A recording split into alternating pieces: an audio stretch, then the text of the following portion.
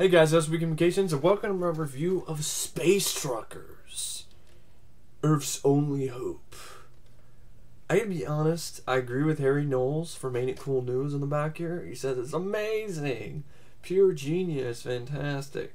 I wouldn't say pure genius, but I would say it was actually pretty fantastic. I really like this movie. I gotta be honest, I enjoyed this movie a lot. I wasn't expecting that much. I just really liked these robots. I thought they were really cool looking. And I remember seeing this when I was younger, when I was a kid. I don't remember very much from it. And seeing this again, I remember why I liked it when I saw it as a kid. And I also remember why it sort of, the ending especially, I've seen before, but I didn't remember. I was always trying to find a movie that had an ending like this movie, and I never could find it, but I guess it's this movie. But I didn't really know until I saw it again. So anyway, this stars the late great Dennis Hopper, Stephen Dorff, not Dork, or Dorp, and Debi Mazar, who actually is pretty good in this. She wasn't really, honestly, she's not the greatest actor in the world, but she doesn't have to be in this type of movie. Man, this is a B movie. This movie is it has its tongue firmly in its cheek throughout the whole thing. This is one of those, this is one of those B movies, definitely. It is definitely a B movie. But I can't help but loving this movie. It's so goddamn corny at times. It is so cheesy. But I love the cheese. I really do. I mean, and the cheese doesn't taste bad this time around. It's not old and moldy. It's nice and fresh, Wisconsin, cheese in Space Truckers. I mean, basically the plot is pretty simple, and that's another reason why I like it.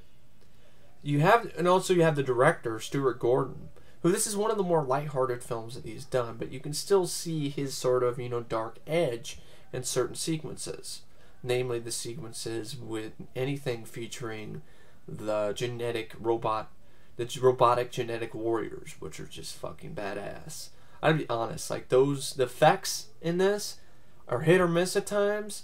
The miniature truck, space truck, some of the CGI, some of the production design, but anything dealing with these genetic robotic warriors is top notch. It's like, really good shit. I mean, really good effects. I don't know who did it, and I'm gonna try to see if IMDb, is gonna tell me who did the effects, because the effects in this, especially on the robot warriors, is really awesome. What it kind of reminded me of is like if you had the monster from Split Second, and you basically removed its head and you put on like a cannon instead with 2 laser guns with 3 lasers. That's sort of really what it reminded me of.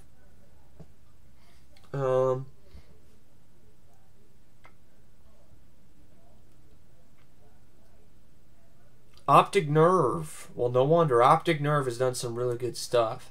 Optic Nerve helped do the effects, and they also helped do the effects for the unreleased Fantastic Four film, but only for the Thing costume. But Optic Nerve has done. They did the effects for. I think they did the effects for Babylon 5. I think, and then some other effects too.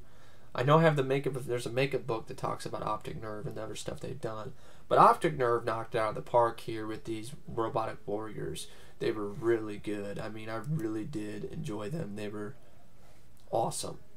Anything with those robotic warriors is really worth watching, and really, I was glued to the screen because they were just really cool characters, really cool creations. The original, different, inventive. The way that they store them in, these containers upside down like bats, and how they, they basically form, into, bipedal, walking robots. But, they're like they're basically, they hung up like bats with these sack, things in their, they're basically their stomachs, I guess. And they activate in different waves. They activate first one activates, once. And then another one activates, so they activate in 2, and then the next time it activates, it'll be 4, and the next time it'll be 8. So it's adds suspense there.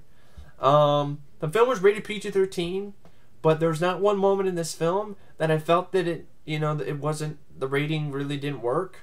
It was one of those few instances of PG-13 rated film that I was like, really, if it was rated R, it really would not have improved the film that much, because its tone is pretty dark, and it manages to get away with a lot of stuff for a PG-13 rating. And, and what I really liked about the fact that even though it was PG-13, Stuart Gordon, the producers, and the writers, they found a way to work around the PG-13 rating. And a clever way, to be honest. With the robotic warriors, the sequences where they, basically epically just waste everybody, it doesn't necessarily have to be bloody, because they came up with this way. Okay, we're going for a PG-13 rating here. Okay, we're just gonna have it incinerate people, which it does look kind of corny at points with some of the shotgun shells on a string type effects, but it's still really cool in my opinion, because this is a good design and it's used really well to a good effect. And this film is, like I said, it's corny, and it's corny on purpose. In my opinion, it seems like Space Truckers is Stuart Gordon's, homage to like Flash Gordon or Buck Rogers, the serials of the, 30s and 50s, that kind of thing. Or the rocket ship to the moon, or, the Rocket Man, Cody and the Rocket Man guy. So, I mean, really, I think that's really probably what is kind of his homage, because it definitely, but like with his own kind of grittier, kind of, vulgar sense of humor, so to speak. But really, what helps the film a lot is definitely the lead. Dennis Hopper is a lead in this, and he's a likable guy. He doesn't play a villain; he plays a good guy.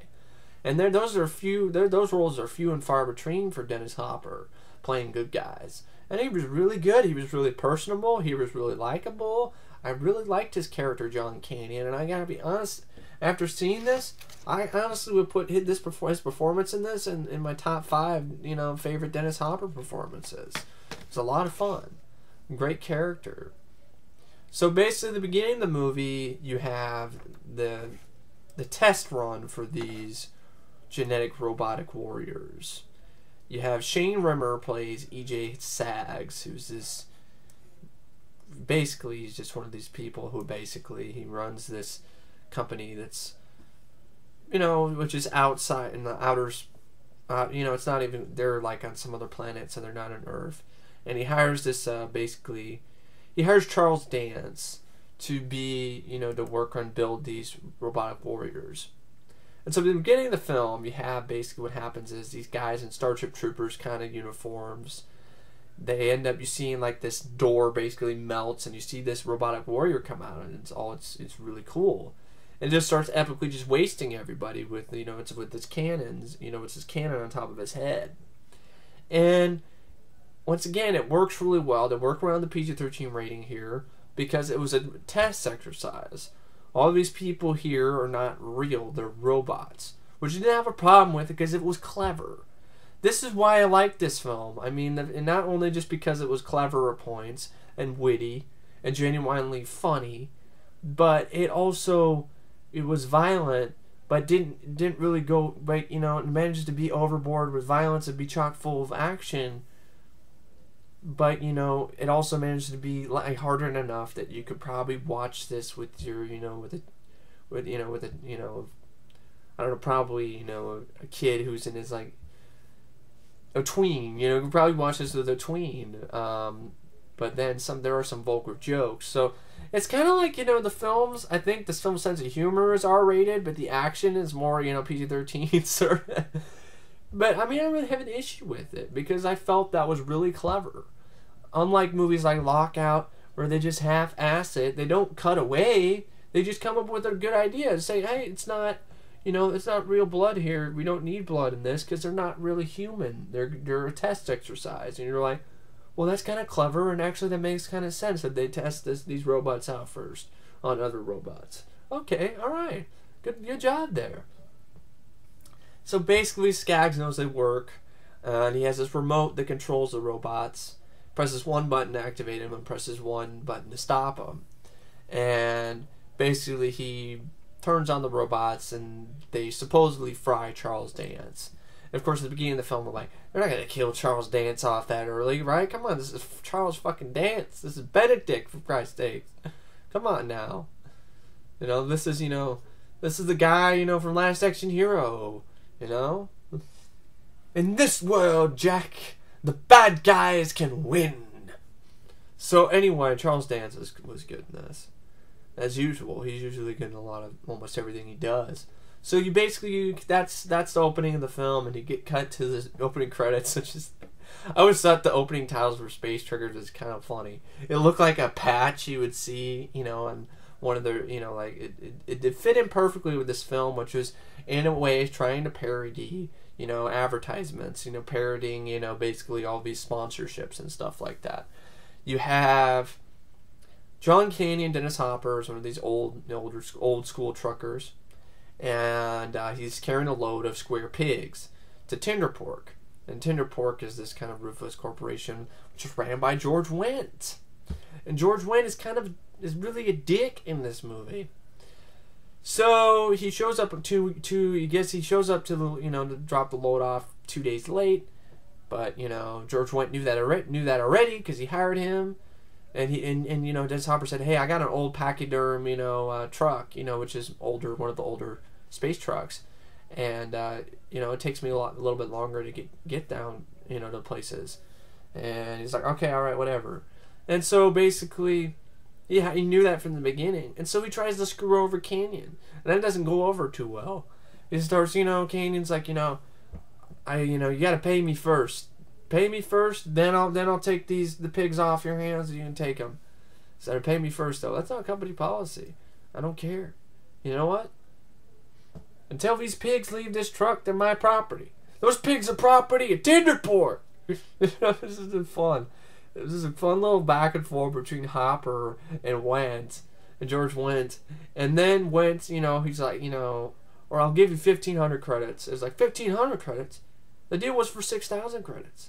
You showed up late. Well, you knew that already when you hired me. You know, it was good stuff. And then it's like, you know, I think I'm just gonna keep these pigs. It was like, what? You gotta give those are my pigs. You know, and then he's all like, and then George Wendt is all right. Well, we'll find. I'll make you give these pigs. You know, so he has these tough guys with him, and so he sends one of these, you know, basically one of these, rough 'em tough 'em guys, you know, basically one of his own bodyguards to go after Canyon, and he swings a punch and he misses, and they're in zero gravity because they're wearing magnetic boots to stay inside this trailer, and I love this. This is great.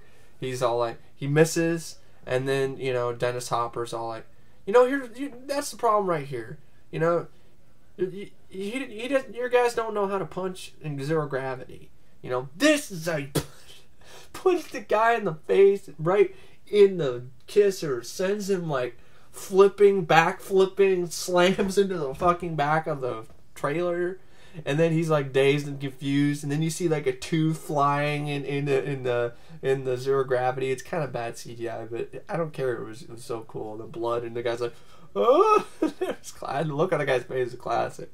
It was just a badass moment for Dennis Hopper. And then, then you get introduced to Stephen Dorff and Debi Mazar. Debi Mazar is a waitress at this spaceport, and her character's name is Cindy. Then you have Stephen Dorff, who just got hired by George Wendt and Tender Pork, and Canyon got fired, and they're basically stealing his load and giving it to Stephen Dorff, and Stephen Dorff plays a guy named Mike Pucci. Pucci. It's not, spelled, Pucci like in pooch, dog. It's spelled like, Pucci, like Tucci, Pucci. And he wears this really garish pink uniform, which is basically what the rookies wear, drivers wear for, if they work for Tender Pork.